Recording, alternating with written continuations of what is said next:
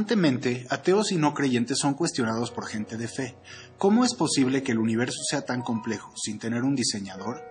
Bueno, hay una bella y larga historia que ha descubierto la ciencia que explica cómo, en un proceso lento y escalonado, comenzando con la coalescencia del planeta hace unos 4 billones de años, continuando a través de los orígenes de la vida hace unos 3.5 billones de años y trazando la evolución a través de selección natural, llegamos hasta cosas hermosamente diseñadas como Natalie Portman. Lo que es difícil de explicar y entender es Dios. Dios es mucho más complicado y complejo que cualquier cosa postulada por la ciencia. Considera, Dios es omnisciente, sabe absolutamente todo. Pensemos por un momento qué significa eso. Dios conoce la posición, velocidad y vector de cada una de las partículas subatómicas en el universo, desde el Big Bang hace 14 billones de años hasta el final del tiempo. Para crear una idea aproximada de la cantidad de información que Dios debe de tener en su conocimiento constantemente, debemos multiplicar los puntos de información necesarios para describir el estado de una partícula subatómica en un solo instante por el número de partículas y multiplicar esto por el número de instantes en la vida del universo. No podemos simplificar debido a indeterminación cuántica. En este momento, el estimado mínimo de partículas en el universo es de 10 a la 72ª potencia y el máximo es de 10 a la 87ª potencia. El intervalo considerado el más corto de tiempo es el tiempo Planck, que es aproximadamente 5.4 por 10 a la 44ª potencia. El universo tiene una edad aproximada de 14 billones de años y se espera que continúe en su forma reconocible por un mínimo de 33 billones de años más, aunque algunos calculan un tiempo mucho mayor. Para facilitarle las cosas a Dios, vamos a asumir mínimos y supondremos que toda la información relevante sobre una partícula puede ser dada por un solo número. Esto nos da aproximadamente una cantidad de 10 a la potencia de 128 hechos de los cuales Dios debe de mantener conocimiento. Para realmente llegar a un número correcto, tendríamos que multiplicar ese número inimaginable por la verdadera cantidad de información requerida para describir en totalidad una partícula atómica durante un intervalo Planck.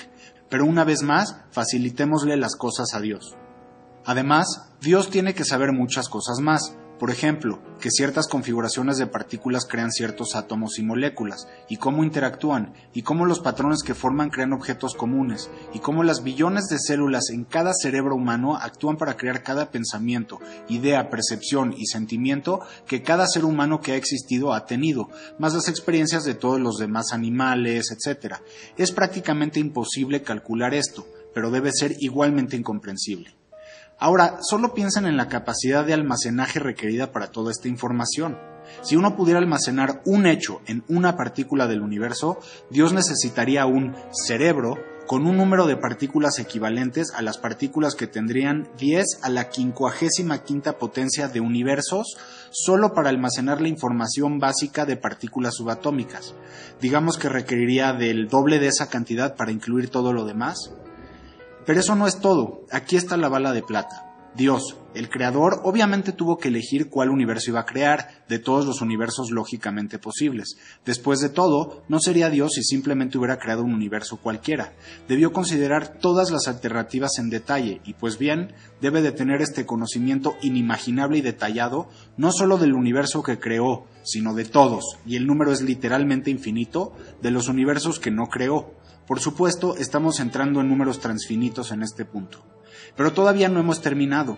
También necesitamos que Dios pueda procesar toda esta información y pues, imaginemos la capacidad de procesamiento de datos requerida, inimaginable. También Dios supuestamente puede hacer todo esto sin un cerebro o algún órgano físico. Pensemos en esto por un segundo. Ahora, Dios es supernatural, es mágico. Pero, ¿alguien puede creer que esto es una explicación simple? ¿Una alternativa plausible a la explicación científica?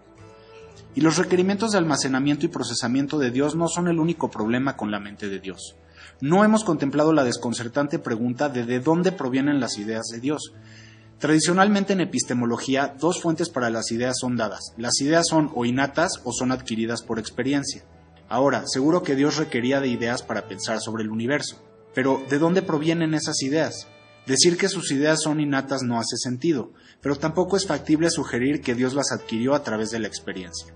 ¿Qué experiencia pudo tener antes de que hubiera algo sobre lo cual tener experiencia?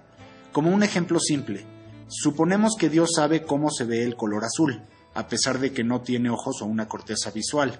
Entonces, ¿de dónde adquirió ese conocimiento antes de haber creado algo azul para mirar? Los creyentes creen que los ateos tenemos un problema tratando de explicar las cosas hermosas en el universo. Los creyentes tienen un problema mucho, mucho mayor. Explicar la belleza de este cosmos es fácil. Pan comido comparado con explicar a Dios.